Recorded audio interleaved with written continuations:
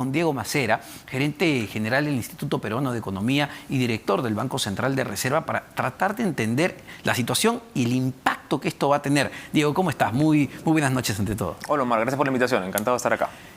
¿Qué ha sucedido, Diego? No termino, y creo que mucha gente no termina de entenderlo, porque estábamos frente a una mesa de diálogo muy importante. Tú me corregirás. Entiendo que el proyecto o la mina Las Bambas es probablemente una de las más grandes en el Perú, es una de las minas de cobre más grandes del mundo. ¿Se está tomando esto con la debida seriedad del caso? A ver, la mina Las Bambas efectivamente es una de las 3 o 4, dependiendo del año que uno tome, más grandes del Perú, ¿no? Es un poquito menos de 1% del PBI.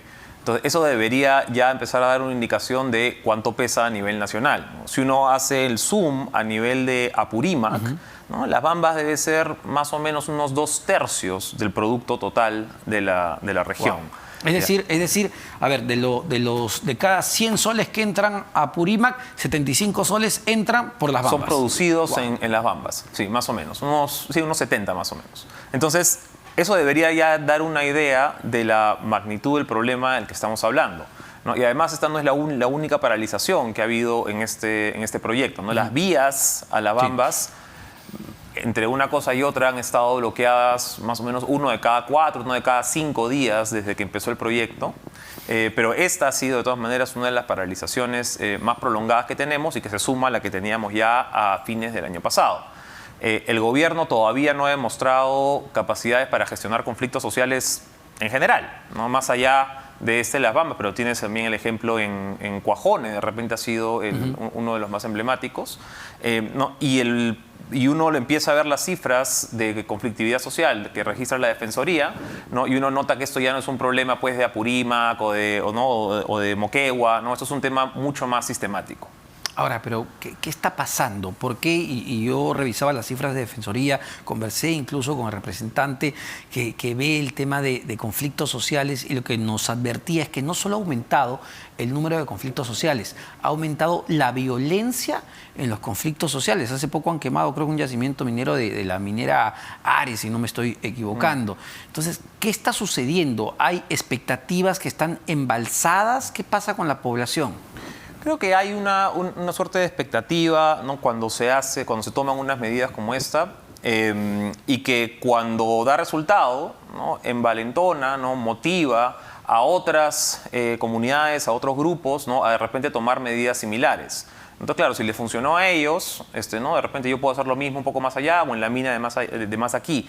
Y no es solamente un tema exclusivamente del sector minero, ¿no? Esto se está pasando también en otras actividades, en otros sectores que típicamente no habían tenido conflictividad, que no habían podido llevar relaciones bastante adecuadas con las comunidades, con las pequeñas ciudades alrededor de los proyectos o de la actividad extractiva productiva.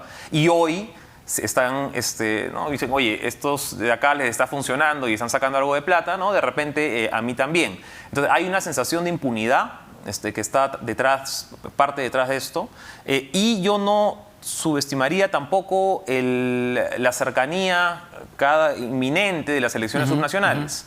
Es decir, va a ser un periodo donde los dirigentes van a querer ser alcaldes, van a querer ser gobernadores, y esto puede traer... Es un gran momento, ¿no? Los 3 meses previos a las elecciones, ¿no? Para empezar a tratar de ganar notoriedad, ¿no? De estar sobre los reflectores. Es verdad, y tú lo decías hace un momento, que el proyecto pues ha estado enfrascado en una serie de conflictos hace varios años y por varios gobiernos.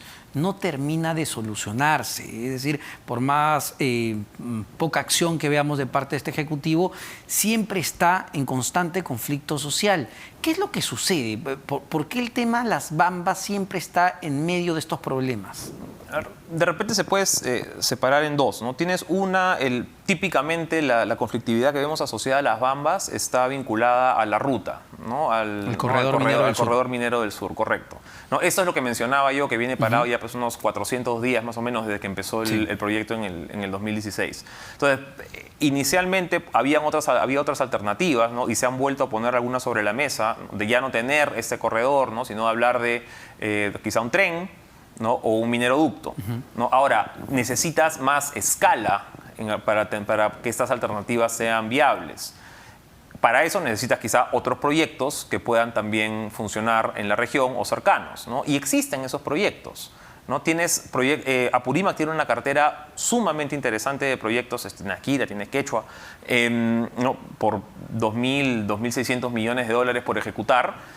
No, claramente no es la única región, Cajamarca también tiene muchísimo. Y lo lamentable de todo esto, digamos, más allá del punto específico de las bambas, es que estamos desaprovechando unos precios extraordinarios, ¿no? Con un cobre 4.2, hace poco estaban 4.5 dólares la libra, y no estamos sacando estos proyectos, ¿no? Safranal, con Michiquillay, ya en hablar de Tía María, ¿no? Cuando hace 10 años, ¿no? Los precios no estaban tan bien como han estado ahora en el anterior superciclo, ¿no? Y sí lo aprovechamos para empujar las bambas, para sacar Constancia, para sacar Cerro Verde, ya, todos esos proyectos que maduraron en un contexto de precios altos y hoy no estamos pudiendo lograrlo, en parte por este problema de la conflictividad. No estamos aprovechando esos vientos favorables que vienen del exterior, pero yo también me pongo a pensar, claro, en la comunidad, no solo en Apurímac, en Cajamarca, y lo que vemos que hay proyectos ya en marcha que exportan, que son importantes, que son grandes, otros que podrían salir, pero claro, vemos que Apurímac, Cajamarca, esos ejemplos, Pasco, son las regiones más pobres del país. Entonces, claro, yo digo, yo soy un comunero de Fuerabamba y veo que todo el cobre se va y todos hablan del boom de Apurímac. No tengo agua, no tengo colegios, o mi colegio es un desastre. Y digo, oye, ¿qué pasó acá? ¿Por qué? ¿Cuándo me cae algo de eso? Estoy totalmente de acuerdo con ese punto. De repente Fuerabamba ahí no es el mejor ejemplo porque sí ha habido transferencias, pero por la compra de cercanas, ¿no? Claro, pero me refiero al tema punto, global, ¿no? Absolutamente de acuerdo con ese punto. ¿No? Y con toda justicia, ¿no? Si yo vivo de repente no en Fuerabamba, pero un poquito más allá, ¿no? Y veo que pasan los camiones o el mineroducto, lo que quieras, ¿no? Y yo sigo hace 10 años con la misma mala calidad de servicios públicos o sin servicios públicos, pues claro, no pasa, oye, ¿y dónde está esta maravilla de la minería? Así es. ¿No? Y el problema de fondo aquí es que no estamos dando legitimidad a la actividad cuando no utilizamos los recursos que generan, ¿no? A través de principalmente regalías y canon, que es lo que regresa a la zona, de manera correcta. Entonces, y ahí entramos a otro tema, ¿no? Que es los alcaldes y gobernadores que vamos a elegir en octubre, ¿no? Esas personas van a ser las responsables de gestionar aproximadamente 3/4 o 2/3 de toda la inversión pública nacional. A veces lo subestimamos, ¿ya? Pero cuando hablamos de cerrar brechas, ¿no? De dar agua, telecomunicaciones, carreteras, la gran mayoría de la plata para ejecutarlo está en las autoridades distritales, provinciales y los gobernadores regionales. Entonces no es broma lo que estamos ahora por elegir en octubre, ¿ya? Entonces, y cuando vienen estos problemas como el que tenemos ahora en Las Bambas, ¿no? A veces volteamos y decimos, oye, claro, pero es que no se ha dado agua, no se ha dado luz. Oye, la plata estaba ahí. Ya. ¿No? Muchos de estos recursos han estado ahí. Algunos se han usado mal, otros no se han usado y otros simplemente se los han robado. Entonces, ¿qué hacemos? En realidad la discusión más de fondo que deberíamos tener aquí es cómo aprovechamos mejor estos recursos. De repente tenemos esquemas PMO, de repente hacemos, no sé, busquemos... Y te pregunto, sí. ¿Se está haciendo esa discusión? Y uno dice, a ver, porque la clave está en tener buenos gestores públicos o un buen gobierno central que acompañe, pues en todo caso, a municipalidades, a gobiernos regionales. Pero ayer le cortan la cabeza a la presidenta de la Autoridad de la Reconstrucción, que venía haciendo las cosas bien, que venía ejecutando bien el dinero. De lo poco que funcionaba, más o menos bien. Pero te lo traes abajo. En general, yo creo en el sistema en el aparato público estamos dando marcha atrás en varios asuntos, ¿no? O sea, si hablamos de funcionarios, este empuje, por ejemplo, de regresar, de poner a servir, sacarlo de la PCM Exacto. y meterlo al Ministerio de Trabajo es un despropósito. Entonces, estamos enfrascados, decimos, oye, necesitamos mejor gestión pública, necesitamos mejores funcionarios, pero las medidas que estamos tomando apuntan pues al campo contrario. Solo para terminar el tema de las bambas, ¿cómo ves la situación? Es decir, ¿cuál va a ser el impacto tanto de corto plazo de tener una mina paralizada por más de un mes, 35 días y seguimos contando, tanto de corto como de mediano y largo? Porque yo, a ver, si soy una empresa minera o de una empresa de gran tamaño que quiero meter $5.000 millones en un país, veo esto y digo, uy, no, mejor espero a ver cómo se resuelve. Obviamente, lo piensas dos veces. En el corto plazo tienes el impacto en las familias, en los proveedores, ¿no? Y en las regalías y en los recursos fiscales que no van a entrar y no están entrando, ¿no? Las regalías funciona de manera sumamente rápida. O sea, paralizas ahora y al poco tiempo ya estás sintiendo que entra menos plata de vuelta a la región. Entonces, eso se va a sentir fuerte. Y un poquito más de largo plazo, el tema es el que menciono, o sea, la pérdida de credibilidad en la institucionalidad peruana, ¿no? ¿Y a qué garantía le puedes dar al inversionista? Oye, ven acá, invierte pues 500, 1000, 2000, 5000 millones de dólares. No, vamos a ver cuántos días operas. Otro tema importante, Diego, tiene que ver con lo que mañana, ojo, el anuncio ya se ha hecho, el presidente de la República, Pedro Castillo, va a promulgar la ley aprobada por el Congreso de la República que tiene que ver con el retiro, un nuevo retiro, entiendo que es el sexto, de los fondos privados, de los fondos de las AFP, ¿no? Los fondos de los afiliados. Los afiliados van a poder retirar hasta 18.400 soles si lo desearan. ¿Cuál es el análisis que podemos hacer de esto? ¿Esto es, desde tu punto de vista como economista, positivo, negativo, o quizá tiene partes positivas, quizá tenga partes negativas? En la manera como se ha planteado es sumamente negativo. ¿Por qué? Hubo algunas propuestas cuando se debatía esto en el Congreso, ¿no? Dentro de la Comisión de Economía, dentro de la Comisión de Trabajo.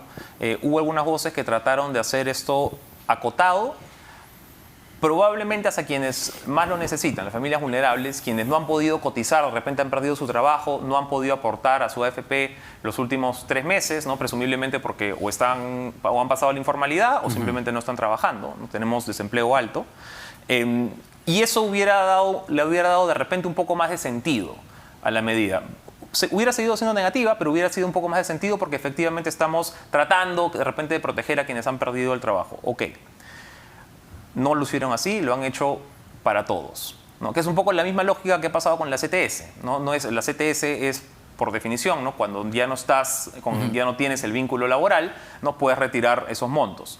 Pero ahora decimos no, para cualquiera. Entonces, lo que estamos haciendo es desnaturalizando, ¿no? La función, ¿no? Tanto de la CTS y absolutamente la de las AFPs. El otro punto, si quieres más de coyuntura, es que esto lo vamos a tener que liquidar. Las AFPs van a tener que vender sus posiciones en un momento particularmente malo, ¿no? Venimos con una coyuntura financiera internacional muy dura. Pero de otro lado, mucha gente dirá, y yo estoy en una FP, abro mi FP y digo, ¡guau! Dios mío, abril, ¿qué es esto? Y lo primero que quiero hacer es estrangular al encargado, no voy a decir que AFP es, que gestiona estos fondos, porque digo, esta persona debe estar ganando sus no sé cuántos 40.000 soles, no sé cuánto ganen, y yo estoy perdiendo un montón de plata. Entonces uno dice, yo les pago, me cobran.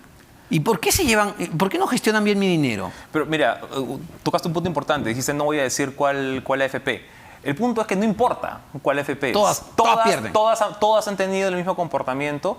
Todos los gestores de inversiones del mundo, no sé si literalmente todos, pero voy a decir más del 90% de gestores de inversión del mundo han tenido muy malos meses.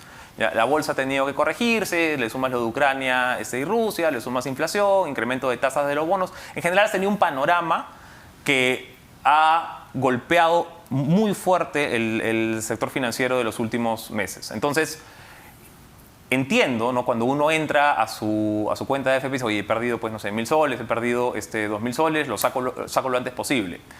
Pero el punto de fondo de las AFPs es que esto no es una inversión de hoy o de mañana, no, esto es una inversión de 10 años, 20 años, 30 años en el caso de los más jóvenes. Entonces, si uno hubiera dicho, oye, entro en pánico y saco mi plata cuando se cayó por el coronavirus, ¿no? En marzo, abril del 2020, hubieras perdido un montón, porque a las pocas semanas rebotó y llegó a máximos históricos. Pero ¿no crees que parte de este desprestigio y que cada vez haya menos gente que quiera defender a las AFP es porque en su momento no se hicieron las reformas de fondo? Una de las cosas que yo insisto es, no se alinearon los intereses. Es decir, si yo pierdo, hermanito, tú también pierdes. Es decir, si yo pierdo, me imagino que tú no tendrás tu bono a fin de año. Es decir, alinear intereses AFP con la del afiliado. Totalmente. O sea, desde hace muchos años se debió hacer una reforma del sistema de pensiones. ¿Ya? No hace 2 ni 3, ¿sabes? Estamos hablando hace probablemente unos 10 años se está hablando de que se necesita una reforma del sistema de pensiones, ¿no? Parte de lo que se tenía que hacer, creo yo, es transitar hacia una manera de encontrar por lo menos una pensión mínima garantizada por el Estado, ¿no? Que es una de las ventajas que tiene hoy la ONP frente a las AFP, ¿no? Y yo ya sé que si yo aporto estos 20 años, ¿no? o ahora lo han ido bajando, han hecho proporcional, no voy a tener una pensión mínima. Eso se ha hablado 200 veces, nunca se ha planteado, ¿no? Eso es uno de los grandes temas que tenemos pendientes, ¿no? ¿Cómo mejoramos la competencia en el sector de las AFP? Se hicieron las subastas, ¿no? Empezaron a bajar las comisiones fuerte con las subastas. ¿Podemos seguir haciendo las subastas o qué otros sistemas de competencia podemos seguir imprimiendo? Comisión variable, ¿no? Que es un poco lo que mencionas tú, ¿no? Si mientras más gane yo, de repente más ganan las AFP, si yo no gano tanto, las AFPs pierden tanto. Hay que tener cuidado con esas porque a veces te puede terminar costando más que la fija, pero ciertamente es una alternativa, ¿no? Y creo que ayudaría a legitimar bastante el sistema. Lamentablemente, en vez de estar hablando de eso, que es de lo que tenemos que conversar, ¿no? Una reforma un poco más estructural, estamos con estos parches y ahora muy probablemente pues vamos a tener probablemente la mitad de las cuentas de las AFPs con este retiro en cero. Muchísimas gracias, Diego. Diego Macera, gerente general del Instituto Peruano de Economía y director del Banco Central de Reserva. Parece que esto es inminente. De todas maneras, el día de mañana el presidente de la República, Pedro Castillo, va a promulgar la ley. Sería interesante saber qué opinaba el ministro de Economía y Finanzas, Oscar Graham, al respecto, porque entiendo que el anuncio lo hizo la ministra de Trabajo. Y él es especialista. Y él es el especialista, en exactamente, sí. en mercado. Pero bueno, muchísimas gracias nuevamente.